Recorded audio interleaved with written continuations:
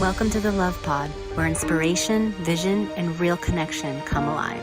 Wherever you are, you belong here. Welcome to the Love Pod, everyone. I'm your host, Nathaniel. I'm so pleased to welcome a special guest today, Kiel Jared, who is joining us from, is it Dallas, Texas, Kyle?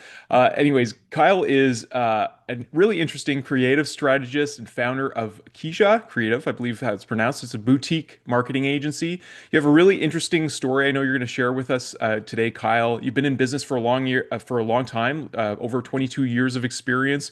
I understand now you run a top tier Pilates studio with your wife. And I really love reading your bio, just this mix of creativity, technology, and at the heart of it, which is really the core element for us, is community. So, love to welcome you to the show. Please let our listeners know more about who you are and what brings you here today. Yeah, well, thanks for the intro. Top tier is very generous. We're very proud of the studio, and we're hoping to be the elite Dallas studio here one day. But yeah, it's Kaija Creative. I kind of screwed Kaija, up pardon me. when I started that. It's kind of a take on Kyle and Jared. And Okay. growing up my entire life, Kiel has been pronounced Kiel. So I never put two and two together thinking people would immediately go Keisha as opposed to Kaija. So either way, I should just convert my name to Kiel and the business. It'd be a lot easier.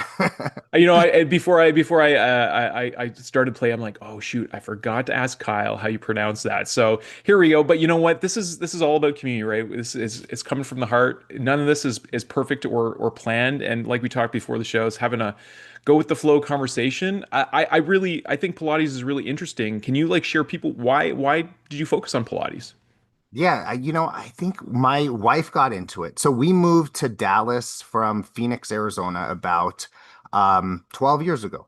So she was a hairdresser, ran a business, and kind of had to give it all up in order to move to Dallas. I think she maintained a few Mm, clients. For a short time, she fly back and forth just because she was in wow. high demand just to do stuff, but that was hard with little kids and just with everything in life. And I think she wanted to move on from it. So she started teaching Pilates right away, and she started, just kind of developed a love for it. She had been doing it in Arizona, but as soon as we moved to Dallas, coincidentally, she went to a Pilates studio, hit it off with the instructor, and was like, "Oh, hey Kyle, we got invited over to our my Pilates instructor's house for dinner," and I'm like, "Oh, that's a interesting first meeting in Dallas." And so I expect to go over there and kind of meet this Adonis of a Pilates instructor, and it's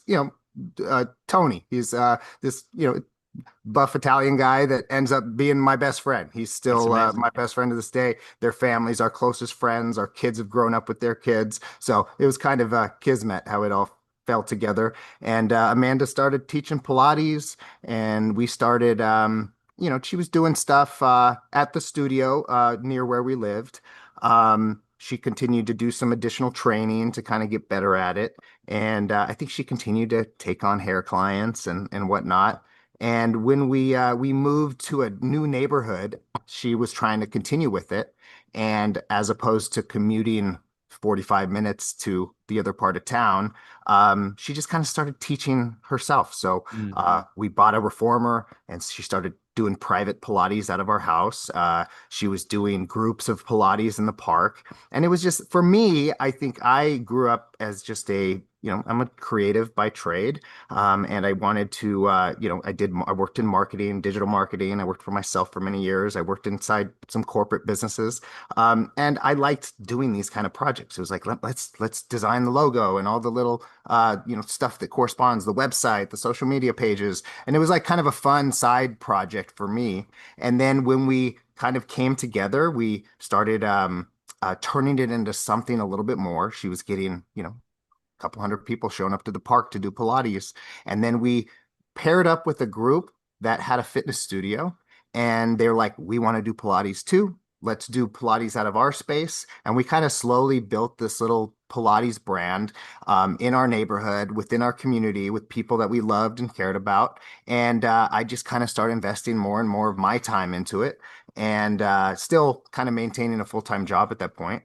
And then she um, uh, kind of we kind of got to a point with this other business partner where it just wasn't quite working. It was like we couldn't really agree on how to be partners. We Mm, couldn't agree on how we're going to grow. And I think we felt a little slighted with our sweat equity. He felt maybe slighted with his actual equity. And we just decided to part ways. And at that point, it was kind of let's just commit everything we've got to this. And mm, we racked up a bunch of debt on our credit cards to buy reformers. We found a location to build it. We still had a brand name, which is Oak Cliff Pilates, which is the neighborhood we live in, and kind of represents a lot of what we are as a community and as a what the our point of view is, how we run our Pilates studio. And we just shifted back to Oak Cliff Pilates. We rebuilt the website, the social pages, the kind of reached out to some of the clientele, and we just rolled. And I think it feels like a blur and it feels like so long ago, but this was about 4.5 years ago. And we moved into this little cute space, decorated it, painted it, wallpapered it, made it look great. And within like 2 weeks, we were having our very first class. That's how quick we ran to wow. get the business open. And it's been kind of all uphill from there. We since um, I continued to work my full-time job, and then at a certain point, I got laid off. And just I invested my time into kind of running my own design agency, and then I invested a lot more of my time into helping manage and market the Pilates studio. And Amanda has built an amazing team, great trainers. I think we've now got like 40. We just did our team party the other weekend. We've got like 42, 43 trainers on our team Wow, now. that's amazing. That's a big Yeah. studio. We've got 3 locations across Dallas. So we just opened our third location here in Lower Greenville. We've got one in Uptown, which is kind of the heart of the city, and then we've got one in Bishop Arts, which is kind of our cool little neighborhood that we grew up in, or that we've come up in as a Pilates studio. So we've kind of maintained the integrity of this brand, which is like a lot of the anti-Pilates studio. We really wanted to reach a market that wasn't like, I guess skinny women with money in their pockets. We wanted to reach a whole diverse audience. Oak Cliff is quite a very diverse neighborhood, so we've got a very robust um, uh, member base, people of all different shapes and sizes, all different colors, all different sexual orientations. And we try to be a more welcoming place than what Mhm. I think is perceived as a Pilates studio, which is, a bunch of super fit women that are, intimidating. So ours is a little bit more of a family vibe. We get people we get men, we get women, we get all types of different genders, and we really try hard to make sure that it's as welcoming as possible, and that we continue to grow with that as we move into different neighborhoods. That's awesome, man. Well, we were just chatting a little bit before the show. I was telling you, like, just last year, I was first introduced a friend here in Ottawa. I did my first like series of yoga or Pilates classes to get the foundations clear, and I was exposed to some more of the background of it. I didn't realize that it really is about breath control and how important it is to develop that core and that connection to the body. So I have a better appreciation of the importance of Pilates. I was the only man in the class, though I will admit. And I was like, I was wondering about that because I felt like I have a background in holistic health and wellness, and I've done like Tai Chi and a few different martial arts, and always just like general calisthenics. And when I was really exposed to this, I was like, man, this is like such a great exercise foundation, understanding kind of the principles that I think it was Joseph Pilates, right, who was bringing into like into this into the field, all about connecting the breath and properly anchoring the body. Similar principles that maybe are in yoga, but I think Yeah. definitely more easily to connect with a Western audience that doesn't have all that the background. So I think it's awesome. I'm curious as an entrepreneur, as a father, how many children do you have, by the way? Yeah, we've got two boys. Yeah, we've got a Okay, 12-year-old and a 16-year-old. that's And awesome. yeah, so our life is consumed. If it's not business related, it's traveling to sports all over the country. And Okay, yeah, we've got a hockey kid actually. So yeah, we've got some okay. the Ottawa Brethren. Uh, but yeah, we yeah, stay very busy with that. And you're right, Mm, you're right. With Pilates, it's things I've learned too, right? Because I'm a layman to the craft, but just understanding how beneficial it is to yeah, your core and to your whole like foundation of everything else that you do. So we really try to um, be that to everybody and help people understand that it's not just a stretching workout. And yeah. I think the main thing it has in common with yoga is the outfits. But other than that, there's it's I wouldn't say vastly different, but it's definitely has some principles that really lean into the strength and Yeah, overall. Yeah. totally. Well, I could, and what I was bringing up is like being not only entrepreneurs who complement one another, but also, bringing children into this business and then developing a community around that. What's your experience been around having a community that's focused around like being healthy, being strong, and connecting in that way? Yeah, that's a good question. I think, our kids, we both grew up very active and into sports and things of that nature. So our kids are always into that stuff as well. But I think them seeing us live a healthy, active lifestyle, I think is important. I think making good decisions based on, taking care of their body and just pursuing things that, overall better themselves. But also seeing us kind of build a business together, right? Yeah, It's something that we're extremely proud of, that we're able to have a family business and all be a part of it. And the kids help when we need help, and the kids they want to help, they want to be a part of it. They want to go to school to learn how to do business related stuff. And I don't know if it like just lives in our blood, but like it transcends through a lot of our family or just kind of yeah. small business entrepreneurs just hustling to survive and just doing what they love to make something happen. So yeah, that's probably one of my biggest uh pride points in my life is being able to have that with our family. I think it's really valuable, and like to see the journey. I mean, people don't always realize all of the work. You mentioned the uphill, you know, journey of building a business and all the things that go into it. You already had a background in, creatives and marketing and stuff, so you kind of understood some of that end. But it is a lot of work, and it's not, always for the faint of heart. The entrepreneurial journey with all the unknowns that can be, but a lot more people are choosing that. And we've met a lot of like homeschoolers and folks who have come on the Love Pod and have talked about their journey. And I agree with you, Kyle. I think that it's so valuable, that skill set, because our children are always learning, right? They're always observing us, and they're paying attention maybe in ways that we don't always expect. So your boys are getting to vicariously, I mean, they probably don't even need to go to school to learn, because they're already learning on the fly in terms of business skills. No, no opinion on that, but I feel like, we're hearing a lot of like influencers like Gary Vaynerchuk and stuff talk about, not only is the time shifting, like social media is changing now, people are looking for community.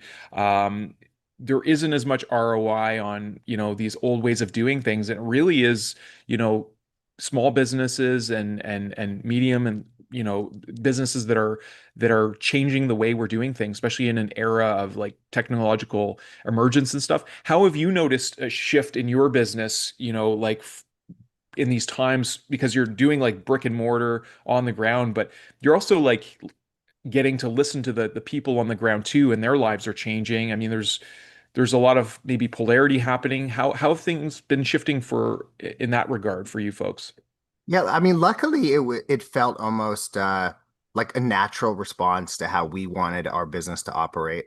And when I see all these trends and this is how you should be building your business and your brand around, it's like, yeah, that's what we're doing. That's what we've been trying to do because that's what is meaningful to us. Like you Yeah. said, a social space where you come to gather.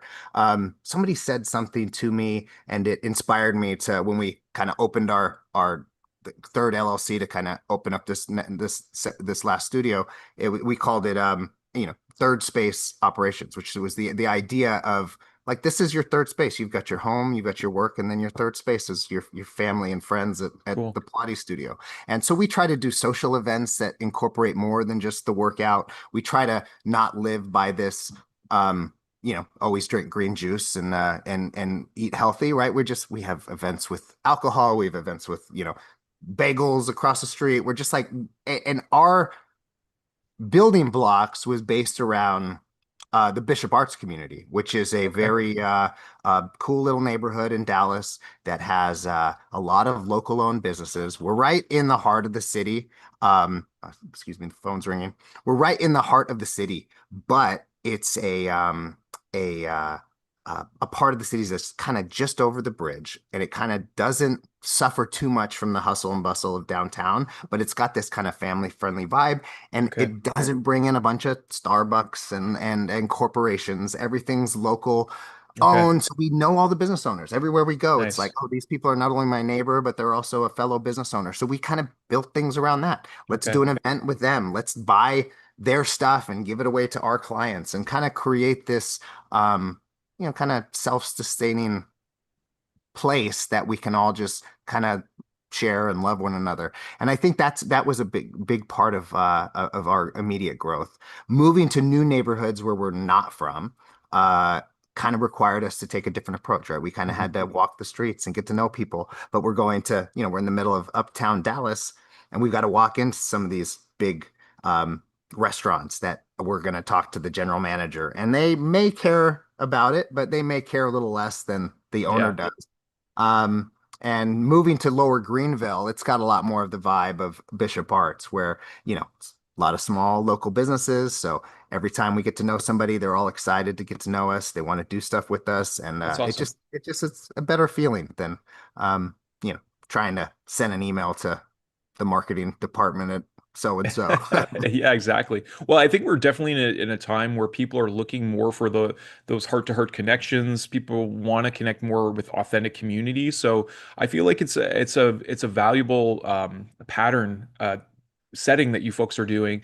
Like it reminds me, we lived in a small town before our daughter was born.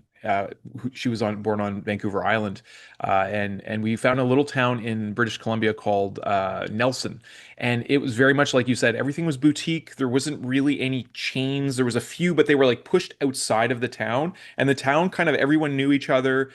Small town of like 10,000 people, and it was all these little boutiques and very creative kind of different takes on shops, and there was like you could find a circus training like a Oh, thing, and then there was like very different kind of expressive arts that were tied with fitness and different kind of clubs and stuff. It was really interesting, and what that meant was there was just this authenticity that was allowed to flourish and intersect in all the different communities. And it sounds like you've been a big part of fostering that where you folks are. So what is your plan as an entrepreneur? I mean, obviously folks are like you're franchising now, you're growing out into other locations. What's your vision and what's your mission for the work that you're doing? yeah, that's another good question. I think we're in a place right now where I think this third studio has taken a lot more resources than we expected. I think Mm, things were going really nice and smooth, and we had this vision for growth, and we knew where we wanted to be. And I think this has gotten us to a point where we're like, okay, now we've got to put our head down and get back to getting the business organized, getting it operated on a level that allows for less of us. And for that, we rely on good team members, good people. We try to take as good of our team as we possibly can, mm, and kind of spread that love. But I don't know what the future holds. The idea of moving to another city seems like a whole new endeavor. I mean, we could very well just start a whole other business um, for I think what it would take because we'd have to hire new trainers, new meet new people.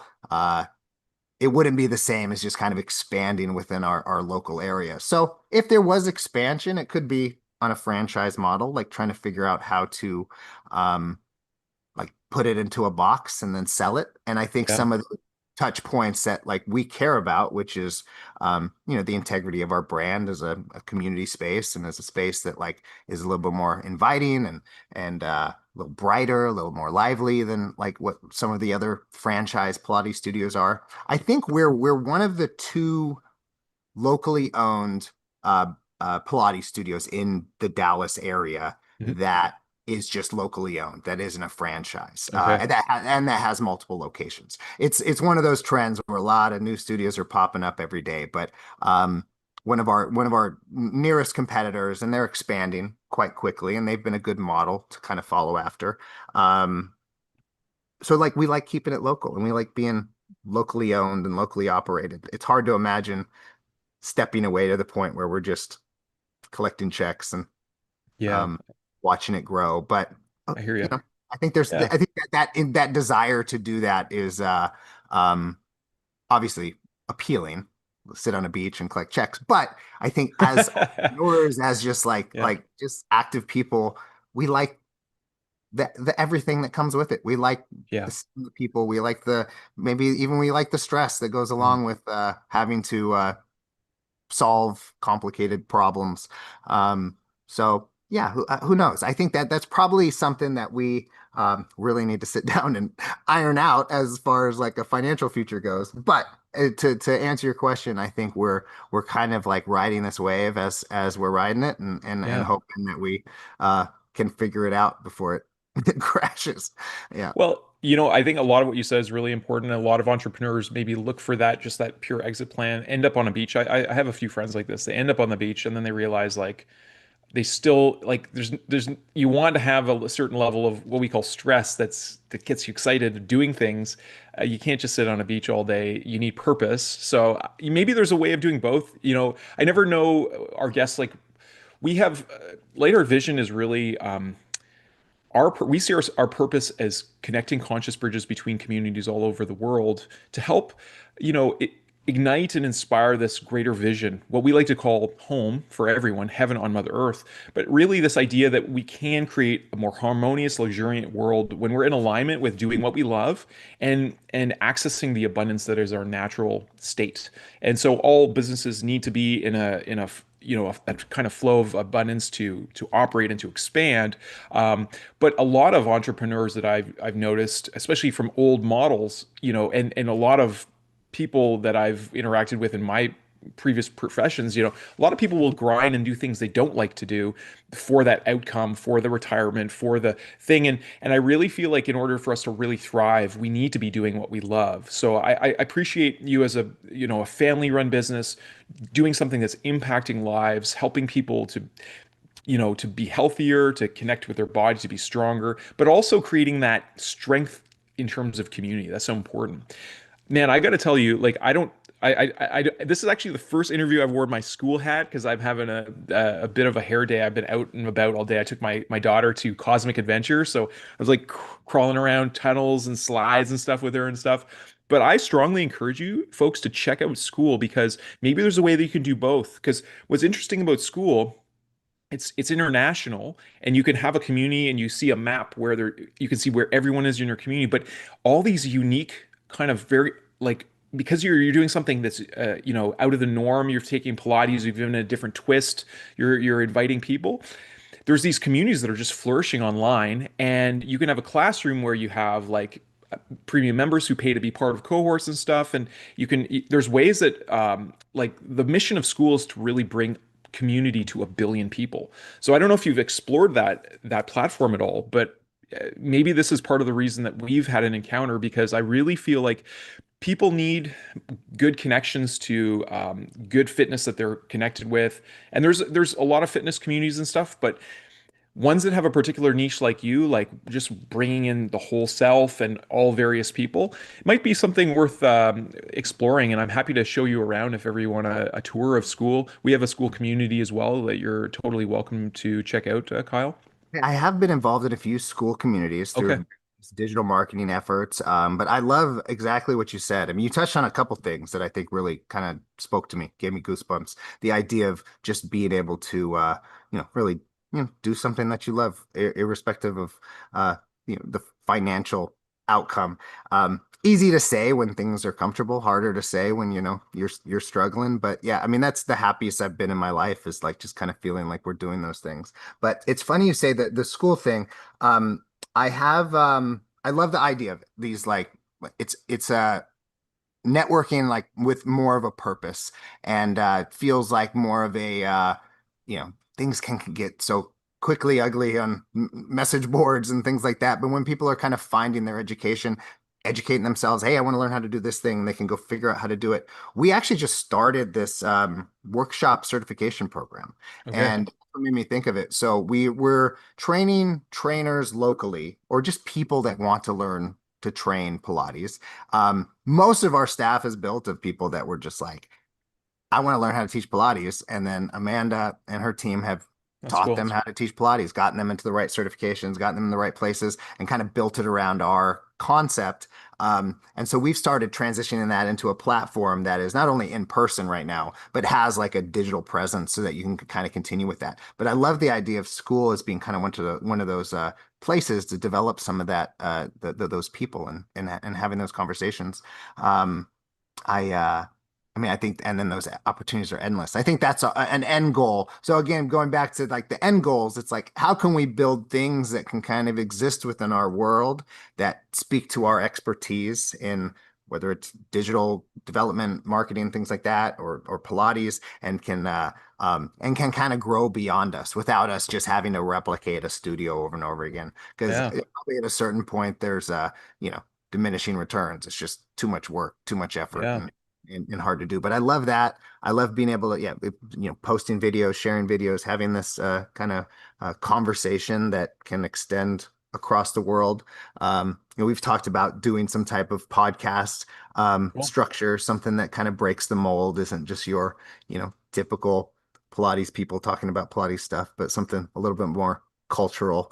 Um, and but yeah, it's, how it is as a business owner. You're just like, ideas kind of never stop coming to you. It's just, how do you prioritize the things that are going to be meaningful, or are going to just bring you joy? Because I think there's probably a lot of times we make the decision to just do the thing that sounds like more fun, because it, it takes a little of the stress out of it. Yeah. Yeah. Well, I do believe there's ways of having as synthesizers, one of the communities on school is he was the first investor in school, Andrew Kirby, and he created the synthesizer community. Synthesizers solve real world problems for people and they make impact, but they also make good income. So they call this term beautiful money. And I really feel like the new era, whether you call it New Earth or whatever, it's based on this idea that we're all in the flow, we're all connected to our gifts, and we're really in community with each other. One of the things I really like about schools, I have authentic relationships with people because I'm in several communities where they're all there. So we have these interconnecting conversations that are meaningful, that span diverse interests. And so, like, you folks already know how to scale. So I could totally see you creating a school community where you show other Pilates studios or whatever how your process is, and then you also have a way of synthesizing. Like, you have a marketing background, you knew this because so many people, like, we had a guy on here, CrossFit guy. It was a really beautiful conversation, and I actually went to a local CrossFit after that and connected there. And I'm going to go back. It's just kind of the holidays took over, and then the girls got sick and stuff. But he opened my mind to community and fitness and how important this is. And when I went into the CrossFit studio, Kyle, there were kids running around while all the parents were doing weights and stuff. And I was like, I've never seen this kind of thing. I go to the gym and everyone's kind of doing their own thing. Everyone's chatting and the kids are running around. I'm like, like there's, I feel like possibilities are opening up in terms of new ways of doing things, and it's only through community that we can do it. So, I mean, the fact that you folks are already scaling, I could just to like put a plant a seed here. The top fitness communities are making like 5 to 6 figures a month in MRR just based on their premium memberships. And there's number of categories you could stretch out. So I would love to just show you around. And just for our listeners out there, I feel like a lot of people don't know what school is because first, when I first heard it, I'm like, oh, it's just another like teach yourself kind of platform where, and there is classrooms in the community. I didn't know what it was. And then Alex Hormozy appeared in my dreams a few times. And I'm like, okay, I better look more at this. And then I joined, and then I listened to the founder, Sam Ovens, and his mission. Like I could just tell his heart's in the right place. Same with Alex. They want to help people. And I feel like this is solving this question of what does the world look like where we're all doing what we truly love and having fun, showing up each day, rolling up our sleeves, getting into into helping people. But we're also like, we're not stressed and strained because of finances stuff. Like we can all flourish and thrive together. But the key to this is we have to do it together. Like no more of this kind of like, the way I've realized is like there's so many people who need help out there. There's so many people who would benefit from doing Pilates, right? Like if we just thought about that right now, how many people are just sitting in bodies that they just have so much discomfort. If they start moving and operating well, they're going to feel so much better, probably like in a few days, you know? So there's like this problem of the suffering that's happening in the body. And you know, anyways, I appreciate, family entrepreneurs like yourself who are doing this work of empowering people. And I see now that we're getting into this expanded time where we're able to impact more lives. I mean, man, we're talking like in live time, just through a Zoom account, we're live streaming to YouTube. Like it's pretty incredible. So what is your like marketing perspective? Like you've worked with a lot of big businesses. Now we're in a time we're seeing like so much conversation around AI. There's emergent technologies. Like what's your perspective as a marketer, and how do you see things playing out, Kyle? Yeah, so a lot of the work that I do as Kaija Creative is based around um, that concept of helping small businesses. I said I've leaned into smaller businesses Yeah. because for some of the reasons you just mentioned, right? I want to help people kind of get off the ground and kind of build their brand around something. It'd be nice to have a big giant retainer from a big company, but I've had those jobs. You just kind of you sit on Zoom meetings all day and you talk about what could be done. And I think I'm just a hands-on kind of guy. So Yeah, can tell that about you. my perspective of like what a business needs or what any kind of thing needs, right? Businesses, we have people pop-ups that people just make candles out of their garage and they want to just sell their candles in our studio. Things like that. But I want to build a foundation around people's brands, right? The brand is so essential to how it can grow beyond that. Understanding who you are, like Hmm. what your mission is, what you're trying to accomplish, understanding the look and feel. Of course, I'm a creative guy. I want things to look pretty all the time. But like if it doesn't come from the root of like what it is that you're actually trying to accomplish, it ends up just being pretty graphics. And that's where Yeah. AI it becomes a problem. Or even before AI, it was like these DIY, Canva templates or these Yeah.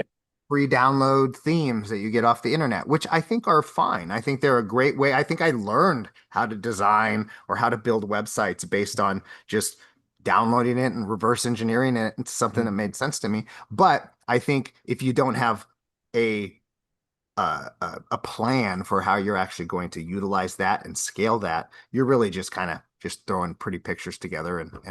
and end up with something that kind of feels like a brand. So, and I want to work with companies to understand that and then segue that into their other marketing assets.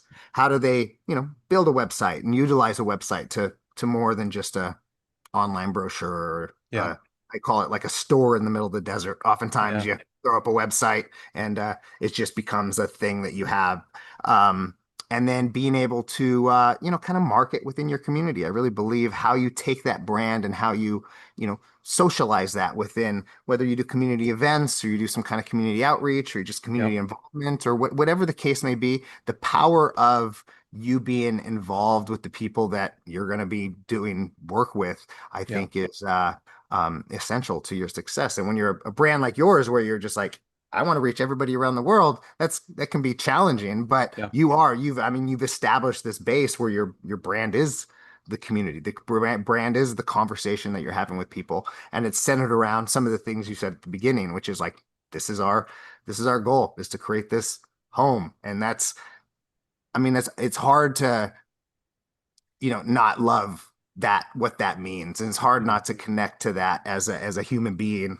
And so, yeah, I think from the same respect, I started working with small businesses just because that was, I mean, most of the business I could get. When I graduated college, I went to art school and was just like, I just want to create cool stuff. Yeah. And somebody came to me and was like, hey, let's make a website. And I figured out how to make a website. And then before you knew it, we had a business. We had a little Yeah. design agency. So we were doing business cards and logos and just, by the seat of our pants, figuring it out. But, the things that I learned was just that, um, you know, the risk of just going and doing it, like, has evaded me because I never had to be a responsible adult. I just started working for myself right away.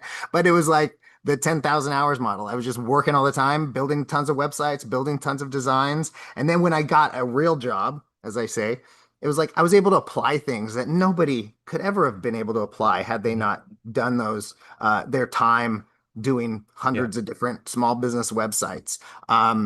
I came into a small business and was able to, kind of build a whole rocket ship with things that I had learned. Beautiful. And so, and I think that served me well. I think living in the space of corporate America and seeing all of those, what people will spend on websites and on design and on marketing, taught me a lot. And then being able to take all that knowledge from, these $1 million website tools and these hundreds of thousands of dollars marketing automation tools and these, social media analytics tool, all these things, right? You're spending all this money on as a big corporation. I think, oh, we can do that at a much smaller scale for Mhm. small businesses and take that Yeah. knowledge that I know and apply it at a level that's going to be a little bit more easy to digest because people don't have those budgets. So yeah, that's my And mission now. help people. I can see, I'll tell you like helping people. I can My see that your favorite heart. conversation is this conversation, right? I love sitting down with businesses and kind of giving them this spiel. And I think oftentimes my biggest hurdle is I want to give them as much as possible. Mhm. And I'm just terrible at time management, so I end up kind of biting off more than I could chew. So trying to figure that out. So again, back to the goals of like where Yeah. I want to go with my life and career. It's like I love designing stuff. I love making pretty stuff. And sometimes you get caught up in that with the Pilates studio. And I'm like, you hire a social media person, you hire a videographer, and you hire these people to do these things, and you're like, wait, that's what I like doing best. Yeah. I don't want to do the books. Yeah. I Yeah. should hire somebody to do the books and I should do the social Exactly. media. That's where I Yeah. kind of get backwards with things. But yeah, I think coming back to the roots, I have a designer that works with me. I have some, other marketing people that work with me. And we're just trying to take on clients that we can, you know, do the same stuff over and over again. I love what you're saying about the school model. Just because it is just kind of an endless opportunity to have this conversation over and over again. And I think that's what Yeah, man. enticed me about the podcast, networks is I just want to talk to people. I want to kind of Yeah. spread my story and have these conversations, meet interesting people, and hopefully maintain a relationship that can kind of extend beyond. Sometimes you get so stuck in the monotony of the day to day that you forget that I there's a hear you. whole lot you can learn from people out there. And Yeah. I'd much rather do this than read a business book I or hear you, man. Well, like I truly believe teamwork makes the dream work. And when we're all doing what we love, like we could all be flourishing in ways that I feel like what needs to happen for the real true communities to kind of, especially in the West, I feel like there's certain other cultures that have this better established than we do here. Is like we've siloed ourselves, right? We live in these four walls that are like, thing, and we go on these screens.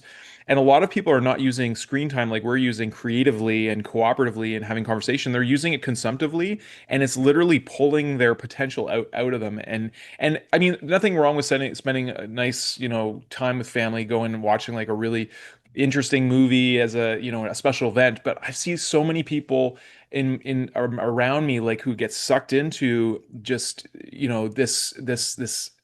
this world where they're not connected to their bodies, they're not doing what they love, and a lot of it's avoiding certain discomforts of life, and I feel like this is why like healthy, fit communities that are finding ways of hey, like you're a creative person, like.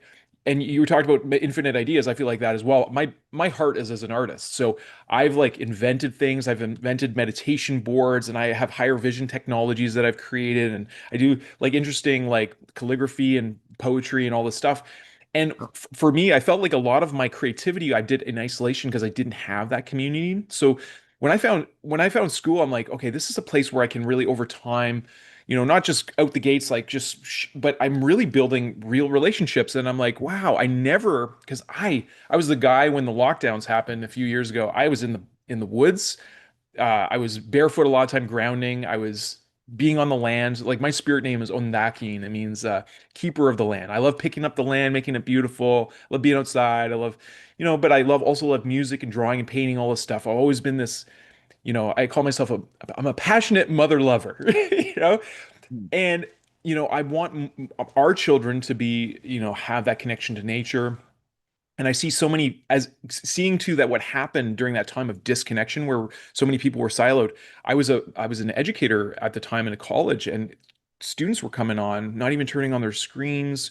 People were just glued in, and I feel like now we have this hunger. There's people who want to connect authentically, deeply, really. They want to connect not only with people, but they want to connect with the land. They want to connect with a higher vision and version of themselves.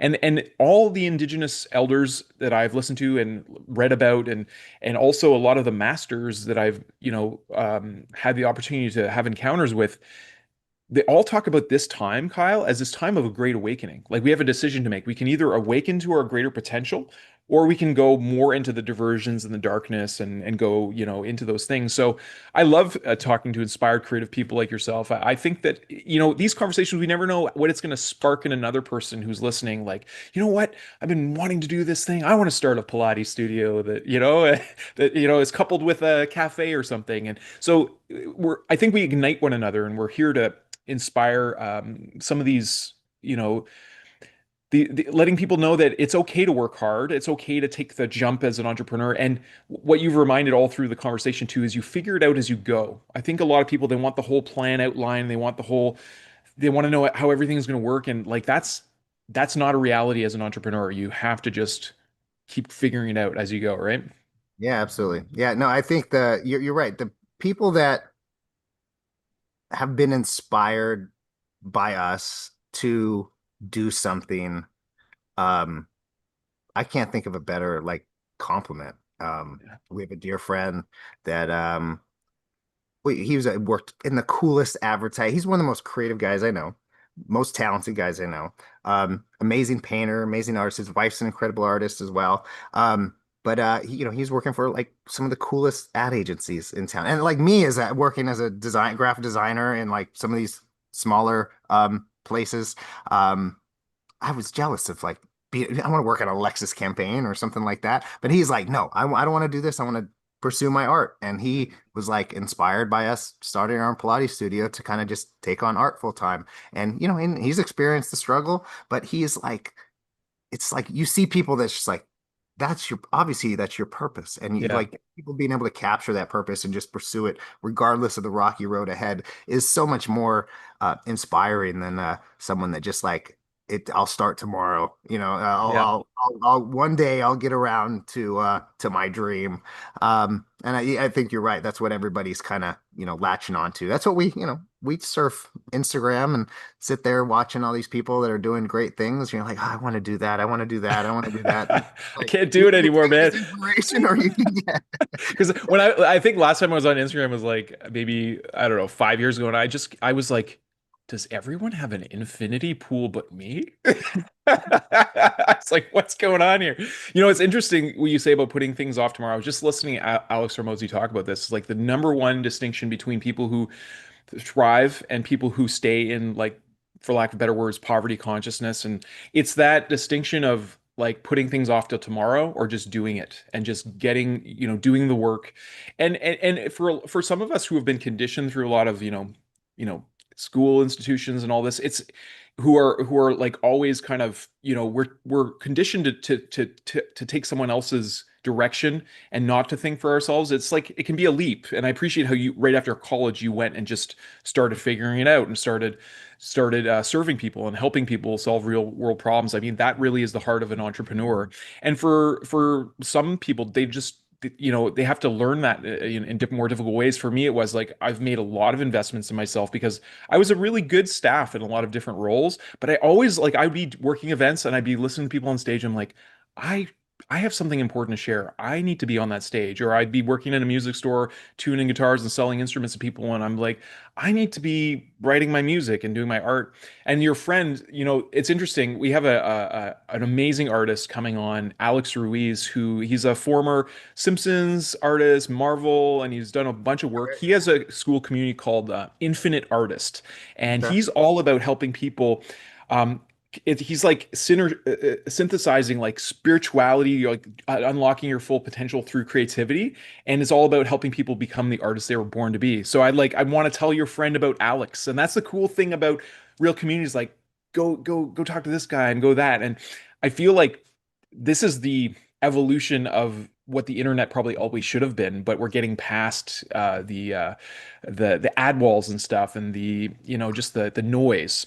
Well, you see that with just the general sense of like, yeah, networking has become muddied by the idea of like, shaking hands and like, buying each other lunch and stuff. But ideally, the networking is the building of your community, right? And when I Yeah. see my friend's artist community, right? It's not just like, oh, we just hang around with different artists and we paint together and we share ideas. No, it's like they're running a business, man. They're not screwing around and like going, I'm just trying to get my creative ideas in the world. I think we've fallen for this like trap, I think with any business that we're just like, you do what you love and you'll never work a day in your life. It's like, that's not even close to true, right? Like, to be honest, Yeah.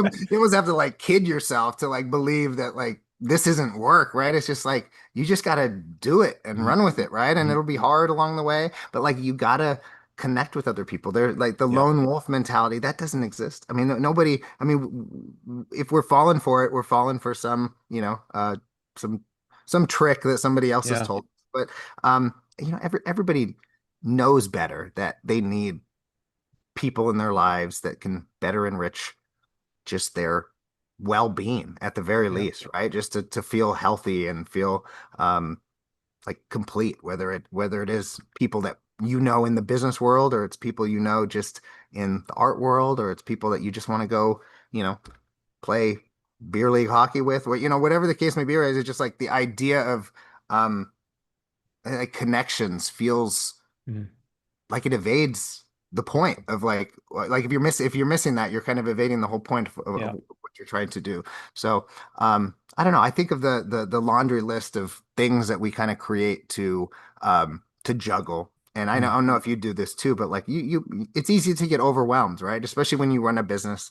And I'm my own worst enemy, right? I take on more than I could chew, and I end up in a place where I'm like stressing out over something that I had full control over. Mhm. And it's like, how do I level set and kind of get back to a place where it's like, I want to enjoy it. The whole point of me doing this is to enjoy it. And if I'm not enjoying it, um, it's it's all for naught. So Yeah. My friend Matt Diddleton says, if you're not having fun, you're doing it wrong. right. And talking about connection, like the three pillars, our values for Lightheart Vision is connection, community, co-creation, and it's in that order because we really feel like you need to connect with yourself, with your values, with your higher vision, with your creator for whatever that means to you. Um, and then you can really be in community with one another. And I like to zoom out and see us as, like, I mean, astronauts talk about this effect when they see the whole planet as one organism. Like our bodies are like this. We're symbiotic beings that, there's so many bacteria in our body that help us with all kinds of things. I mean, there's the mitochondria that help power our cells. Like we're a symbiotic being. And when we look at the human organism like this, we are, to me, community, the two root words of that is communication and unity. When we realize and speak to one another as though we are this interconnected whole that is literally interdependent and reliant on all the other organisms and all the other creatures and all the elements that we have in nature, like we're part of this. And then when we're really lucid and really conscious about our role as stewards to one another, not as competitors, not as dominators, but really in alignment with, I feel like, the true design of a species, of humanity, then we can really co-create. And I think one of the lies that we've been told, and the beliefs that a lot of people have taken on, is that humans are not good. Like we are. We're bad for the environment, we wreck things, and I think there's systematic issues that we do need to address, but I feel like the well of goodness within humankind as a whole is infinitely vast. And we are such a beautiful, creative, imaginative, innovative uh, species. I mean, just look at the acceleration, the evolution of our technologies and the arts and our architecture. And like, we're an incredible species. And I feel like if we celebrated more who we are instead of getting lost in these kind of beliefs that we have about ourselves and really challenge some of those beliefs, I think I do feel we're at the age of a flourishing of not only humankind but all our relations in the world. At least that is my greatest wish and my devotion. And I really think the glue between us, man. I mean, we've mentioned it a few times between the lines, but like when you love something, when you love being creative, what an elder told me once, when you're creative, you honor the creator. When we are in the embodiment of doing what we love and appreciating our loved ones and stuff, I feel like that's the glue between all of us as well. Yeah, no, that absolutely. I think that it even speaks to just how yeah, how you treat other people and how you expect to be treated by other people. Um, if you walk around kind of assuming that everybody means to do bad, it's hard to do good in return, right? Like Yeah, I think totally. life is a lot easier for me, just kind of expecting the best out of people and kind of because I'm always giving my best, even when I fall short, even if I Mhm. fail, I don't ever mean to. And so if I kind of assume that that's where everybody lands as well, and everybody just kind of wants the best, it's a lot easier to kind Yeah. of get through hard things. And even to go a step further, which I think you're saying, right, is that like people have like even more to offer. Like people have are just like welling with the opportunity to kind of burst out of their chest and kind of to give or to help or to do something creative or to do something meaningful. And like if you impede them from doing that because either you're greedy or you're afraid, I you're think fear is the big one, man. It doing a just dis pinches us off. humanity. Yeah, yeah, Yeah. yeah. Yeah, I hear you. Yeah, it's open. It does take courage, and I think all entrepreneurs have to face this reality, right? It's like you have to sometimes do stuff when you are afraid, but I almost, I hear so many different echoes of this from everyone. It's like usually when we do the things that we're afraid of, we realize there wasn't really anything to be afraid of because what's on the other side is usually our growth, a new way that we can contribute, a new skill set, a new relationship. And so, like, this is a GIF for you. That's an acronym that came to me a few years ago for fear.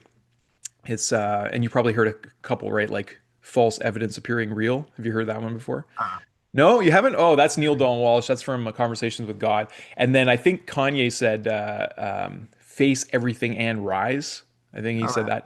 that. But for what came to me, because I do a lot of like somatic work and help people to get clarity over their higher vision, and then how do you feel that in your body, and how do you take steps towards that? And so I have a higher vision mapping process that I help, and the acronym that came to me is feel everything and remember.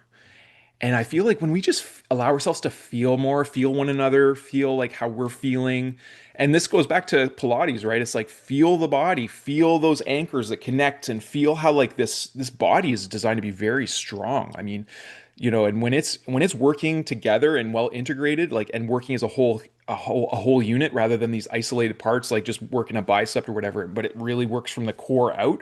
it's like I've seen my dad literally a tree fell on me when I was 14 years old. I was pinned on a tractor. We were logging and the tree had this twist and like he was cutting it and I was pulling it on this old Oliver tractor. So we made a mistake because, like you really have to read trees and sometimes you don't know, but there was a twist in the tree and it went around and came and pinned me on the tractor, landed on my chest. And it was an old tractor that if I would have removed my foot, it would have dragged, it still was held at the base, but it would have dragged me along the tree, would have got all ripped up and stuff. But, so I maintain conscious awareness and stay calm. But my dad, we're talking a 150-foot tree with leaves on it, like full of water. I saw him lift the tree off of the tractor in like one fell swoop. And like we've heard amazing stories of people lifting cars from adrenaline and stuff, but to see the body actually do that and what we're actually capable of, like it's Yeah. it's amazing, Yeah. So kind of like a little bit of intensity there, but kind of, Yeah. just our it's about potential, right? And like awakening to our creative potential, our physical potential, and yeah.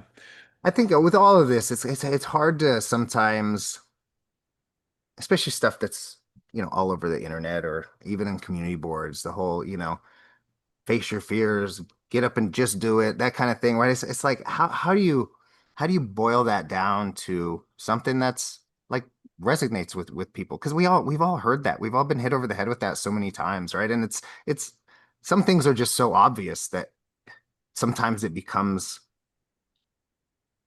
hard to like action things that you're just like, Mm. yeah, no, no shit. I've been doing this for a long time. Like I've been hearing this I'm still stuck in my rut. Um, Creating opportunities and creating, I guess, motivations that kind of can break them out of that shell, break myself out of that shell. I mean, I'm sure Yeah. there's plenty of things that I'm afraid of. There's plenty of things that I've like avoided in order to, avoid conflict or to avoid progress. And so, I think at any level or any stage that you're at, right, like being able to like, capture that next thing that's going to kind of motivate you to do that whatever it is that gets you to that next level. And we see it with a lot of people that come through our space, whether it's a business owner that's just like, I have an idea, I want to do this. I love helping that. Or our trainers that come through and they want to be they're like, I don't want to work a regular job. I want to teach Pilates full time. How can we get there? And it's like, yeah, I mean, we all want to do that. So like, what's the motivating factor that's going to get you to like do it versus want it? And I think that's kind of a difficult thing. And Mm. I love I don't know what clicks with everybody, but I think back to where I am today versus where I was years ago, and some of it was just naivete. Being able to just be dumb enough to not be afraid Yeah. versus having different anchors in your life now and other factors in your life that prevent you from taking those same risks and continuing to thrive. So I don't know. We're always kind of trying to move on to another point in our lives. I think that's what's hard to like see people like even I think Gary Vaynerchuk does a great job. You mentioned him earlier of just like humanizing the idea of just of hard work and that Mhm. there's not like a secret sauce to where Right. like once you take the potion that you're good to go. It's like you constantly have to remind yourself of these things and constantly have to put into practice all of those elements. And I think that probably applies to your body too, right? How you take Mhm. care of your body and um, you can't start tomorrow for the rest of your life when you're gonna get into Yeah. shape or Yeah. eat healthy or For sure. treat people well. Like it's much easier to just start those things immediately. Yeah. Yeah. I would add to this that I do believe that when we talk about work, I feel like we've been indoctrinated into believing that work is this thing that we do separately. We go to a place, we have a certain amount of time that we do it. And anyone who jumps on the entrepreneur train thinks that they're going to have more time freedom, realizes that like feels like you're working all the time. But Yeah. I feel like there is a harmonic convergence where we look at work as happening I mean, even if we just think of the cells in our body for a moment, like all the work that's happening in the cells to absorb the nutrition, to get rid of what no longer serves, the lungs that are pumping, the heart that's opening and closing that beautiful valve, and just like all of the work and movement and activity that's happening is you could look at it as it's hard work. And to add to that, though, I feel like the state of consciousness that we're in, if we're in a aligned state where we are in doing the work that is in alignment with just the love of service. It could even be hard. I mean, you could do hill sprints that feel like but if you love that feeling of fitness, that burst of energy, it's like doing the 100 in Pilates. It's like, is this gonna end? And it's like, but there's this thing that happens after work is done well. And I think all of creation knows this intrinsically, and humanity has somehow forgotten. Like we've gone through this little bit of a spell where we forgot our true nature because I think we're meant to be moving and working. And like I grew up in the country, so I did a lot of firewood, a lot of just hard work, like cutting trees, logging, like doing woodwork. Like this is hard work. And I got to tell you about this, man. One day I'm going to share it and maybe pull it up, but it's called God's Chorus of Crickets. And it's an example of this rejoicing that I think is happening all the time. I mean, for those early risers, you hear it in the songbirds in the morning. If you really listen to those songbirds, not just with your ears, but really with your mind and your heart, and really listen to them, like there is something magical going on in creation. Anyways, with God's chorus of crickets, what they did is they took this recording of crickets and slowed it down so that a lifespan of a cricket would be equal to that of a human being. So they just slowed the sound right down. And when you listen to this, it is like these harmonies and melodies. It sounds like this chorus that is so heavenly. It actually gives me chills just talking about it. And so I feel like this is happening all the time. I feel like I was very attuned to this when I was a very young boy, especially spending time watching the spiders and watching the caterpillars, and I feel like part of the awakening remembrance to unveiling that potential that lives within us is about returning to that state of wonder and that rejoicing. And so the hard work is real, but I really feel like I feel like a lot of, we're taught in a few things, like there's the new age. I've heard this on the show so many times, woo woo, this idea of like, well, I just have to, pray for the best parking spot and I'll get it and all that stuff, which is like on one extreme. And then there's the other extreme of hustle culture where it's like you just got to grind and do it like so hard and really go against the stream of life and battle. And I feel like there's you could take the best of both of those. Like hard work is I enjoy work. I enjoy serving people. I enjoy doing things, especially if they're aligned with my gifts and my natural. I love people. I've run all kinds of events. I love teaching. I mean, I've done I love work.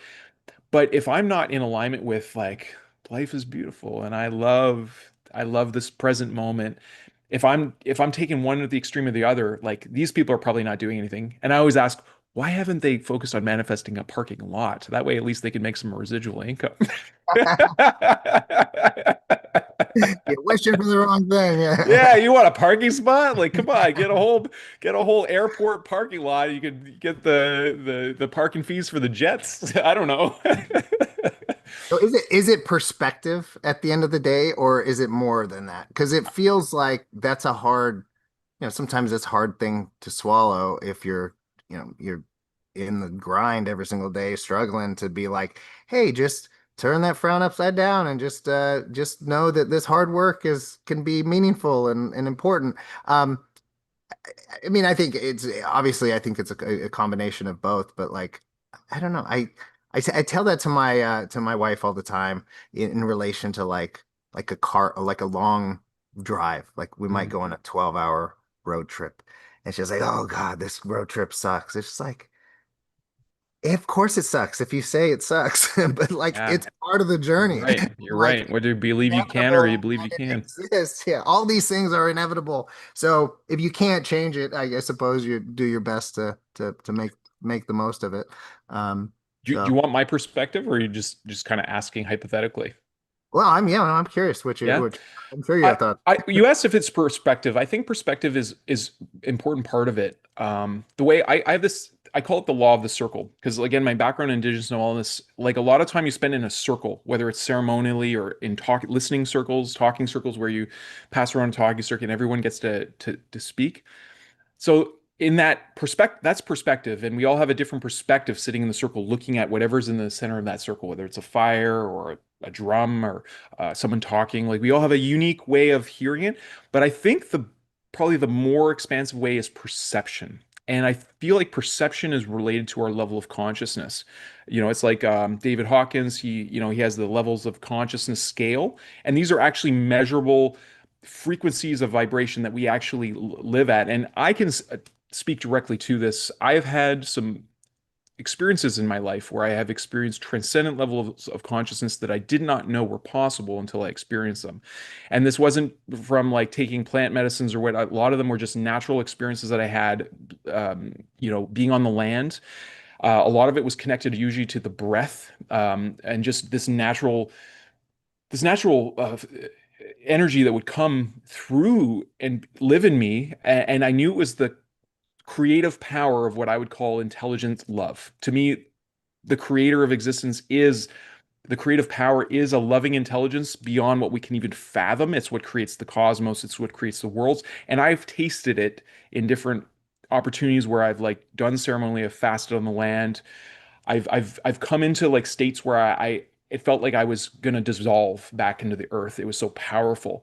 So I feel like sometimes I've wondered about if the real fear that we have, Marianne Williamson's famous quote about it's not that we fear that we're not enough, it's that we're more powerful than, we can imagine. Like just to paraphrase it, like I've tasted that power and it feels so powerful that it feels overwhelming. And also, I mean, part of my spiritual journey is like in my early 20s, a being of light appeared to me in the woods. And as unbelievable as that sounds, I knew that that being was Christ. And I'm not religious. As funny as that sounds, I actually was rejected from Catholicism as a baby because my mom had been previously married. So I have like a lot of my out of the my ex out looking at my outside looking in perspectives on religion and stuff. I feel like it's divided people a lot with beliefs, but this direct experience happened to me. And then fast forward, the experience was a very ineffable one, but it was the same feeling of very universal brotherly love.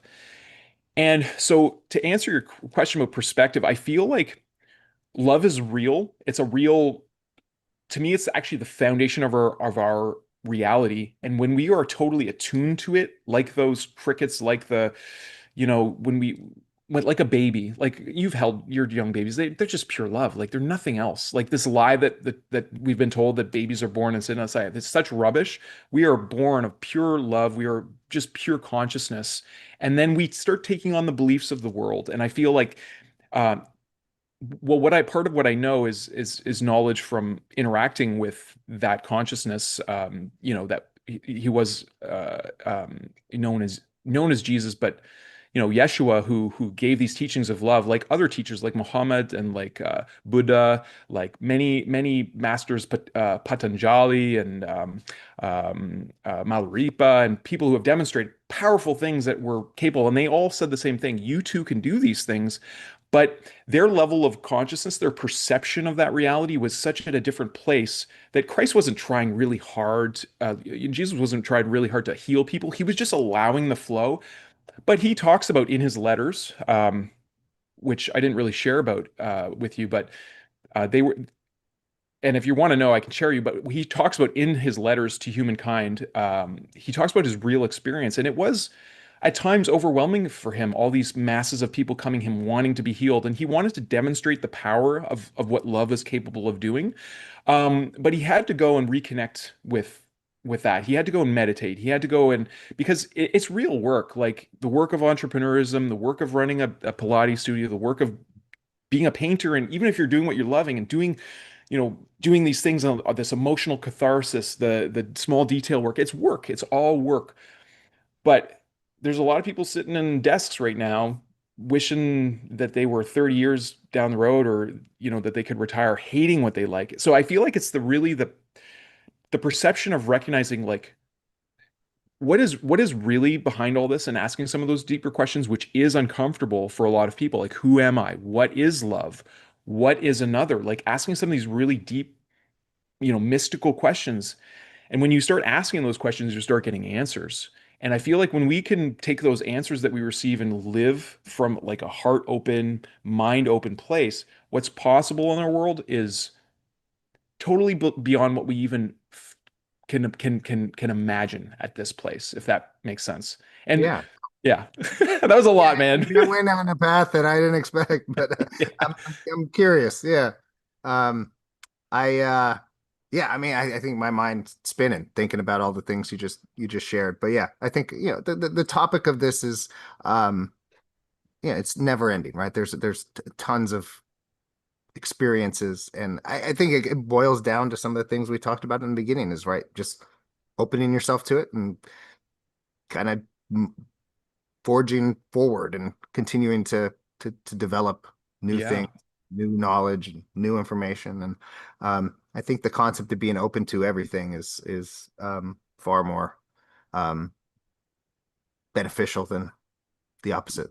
I totally agree. And well, that's the heart of a creative, right? That's the heart of an artist is like, I do believe it's infinite. I think that I feel like we are just getting a perception of what's possible in this. Like a lot of elders that I've heard, they say we're not spiritual beings having a human experience. We're spiritual beings having a spiritual experience. And I believe humankind is destined for a really beautiful expression of what is possible when we are in alignment with our true hearts. And we've let go of this idea that we have to suffer. Like Buddha said, like suffering is in life, but we don't have to. You can transcend it. And then, fast forward 500 years from there, and then we have this other expression showing us like, you know, manifestation is possible. Like, even, like he talks about the experience of walking on water.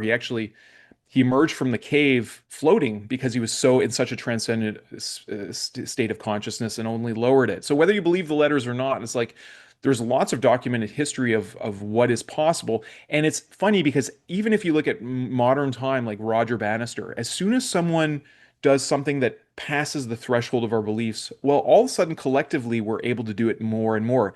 Now we're seeing like this expansion of technological ability. I mean, man, we're talking, if we were to tell our ancestors of like 100 years ago that I'm talking to you in Dallas in video in live time, we're streaming to the whole internet right now. Anyone could be tuning into us.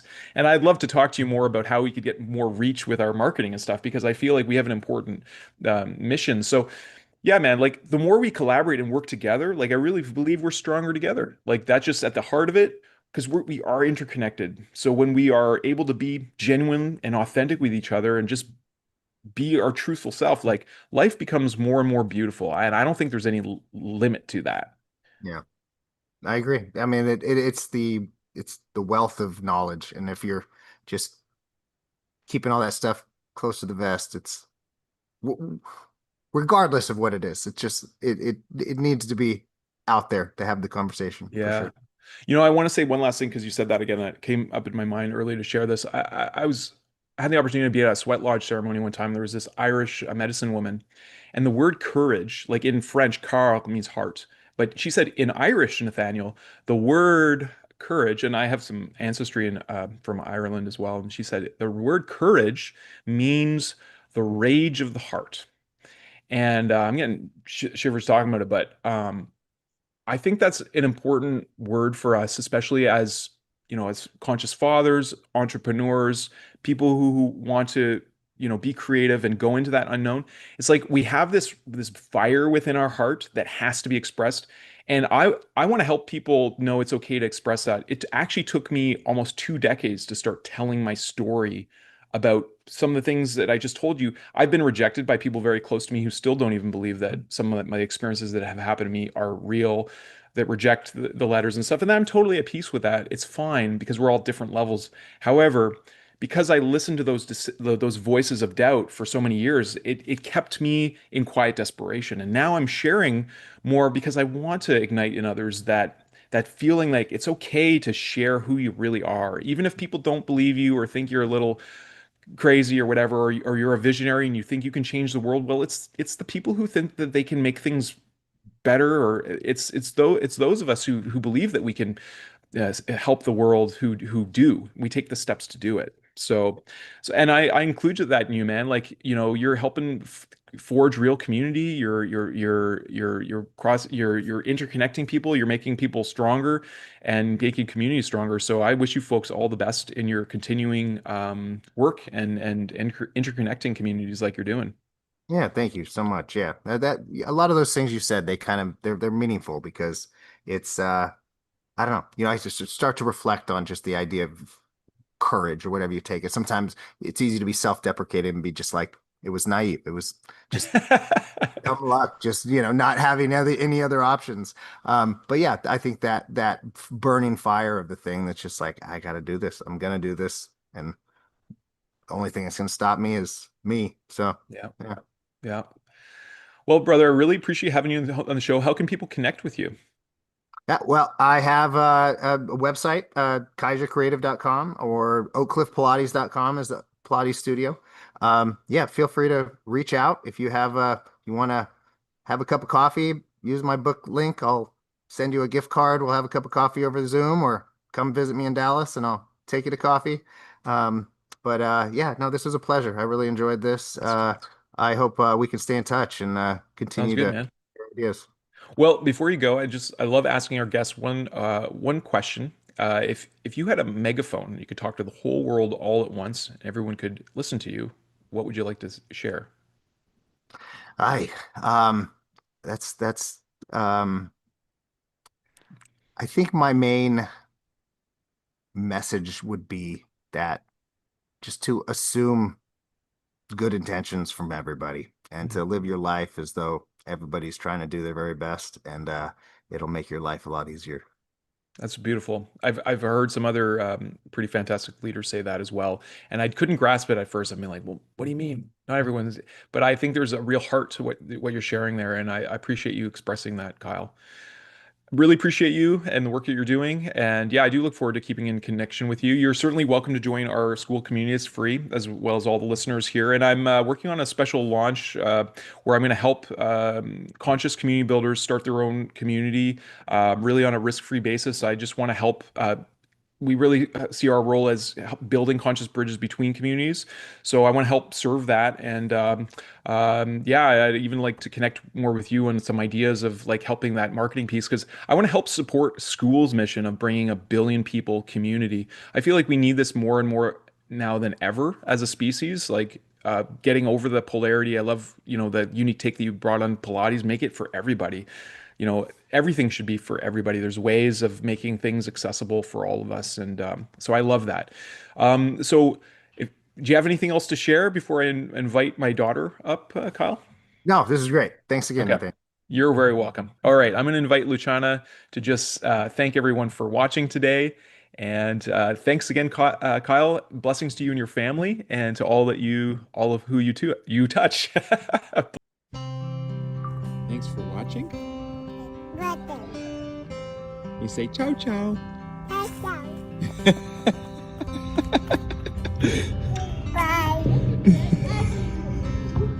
I love you so much.